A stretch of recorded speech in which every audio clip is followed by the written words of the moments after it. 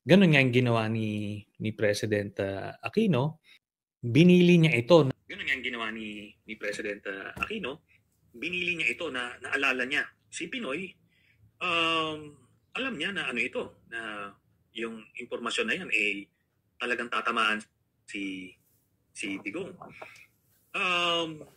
Kaso, he was, pinigilan nung mga, sabihin nating mga advisors na ng isang kandidato for president dahil baka daw mawalan sila ng boto sa Region 11 dahil si Duterte daw ay very influential doon. Oh. So dahil doon, hindi nila nilabas si Matobato. Tagal na pala nito. Time, hindi kasi kandidato si Matobato. Ay, hindi kandidato si Duterte rather. Hindi pa, mga October ito eh. November. So ang 10 years na pala ito. Gagawin nilang parang siya yung pinakang supporter doon sa Region 11. 10 years na pala ito na nangyayari. Panahon na yan, hindi naman ngayon lang naikwento. Gaanong si Pinoy, no? After niya na lang nalaman yung ganyan situation. Anyway, so hindi nga nilabas. Tapos eventually itong si Duterte pinatakbo ito, no? Hinayaan tumakbo kahit na supposed to be disqualified na siya kasi mali-mali nga yung kanyang application form, di ba? Yung COMELEC was supposed to decide na i-disqualify ito. Kaso may mga magagaling na naman ng advisors nitong isang presidential candidate na sinabing hayaan daw tumakbo para daw mabawasan ng boto si Senator Grace Poe. Saglit lang mga idol. Parang mali-maling application ni Pangulong Rodrigo Duterte ayaw nga niyang tumakbo napilitan lang siya Pinilit lang siya ng taong bayan kaya siya tumakbo. Tapos ngayon sabihin niya mali-mali daw. Proxy lang siya nung unang tumakbo sa PDP laban Dahil napilitan siya dahil sa taong bayan. Talagang ang taong bayan na mimilit na tumakbo si Pangulong Rodrigo Duterte. Tuloy po natin mga idol. Who was at that time leading. So dalawang mga desisyon na palpak, no? But eventually, yun na nga. Eventually nanalo si Duterte. So siyempre, malakas. I was sabihin na lang natin, nalaman ko na gano'n nga ang ginawa ni President Aquino nung presidente na si Duterte, pero hindi pa nag-a-assume. Binili niya ito na naalala niya na itong isang witness, itong si Matobato ay nasa NBI. Kaya inano niya, may inutusan siya na isang trusted official niya na ilipat yung custody. Tapos naganap siya ng paglilipatan, naganap siya ng isang senior member ng Catholic Church na kakilala niya at pumayag naman kaagad. Kaya doon mo rin makikita yung nature ng Catholic Church regardless nung kung ano man yung mga kakulangan niya or flaws, but still as a refuge ginagampanan niya. So kinupkop, nilipat, tapos yun na nga, nag-assume na si Duterte as president. At immediately, hinahanap niya yan si Matobato, nalaman nila. Ngayon, nung mga panahon na yon, nag-file na si Senator Laila de Lima ng resolution to investigate yung EJK.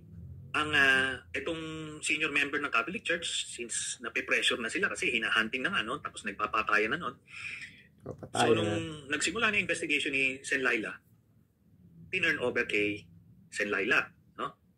Siya naglabas sa committee and eventually humingi naman siya ng tulong kasi sabi niya wala siyang capacity to provide sanctuary kay Matobato. So from that time ay namin siya, kinupkup namin siya at all the time na nag-hearing, so inaano natin siya, pinoprovide natin ng safe house and security. Then nakulong si Sen Laila, ito na ngayon, no? Issue sila una ng warrant of arrest dyan kay Matobato. Pero available pa lang yung illegal possession of firearms. So tayo. We were forced to turn him over temporarily habang nagpo-post siya ng bail. Kasi yun na, nila yun pretext para ma-hunting. So tinurn over namin sa custodial center para habang inaantay yung bail. Then eventually nakuha yung bail. Nung pagkuha ng bail, nakatago siya ulit.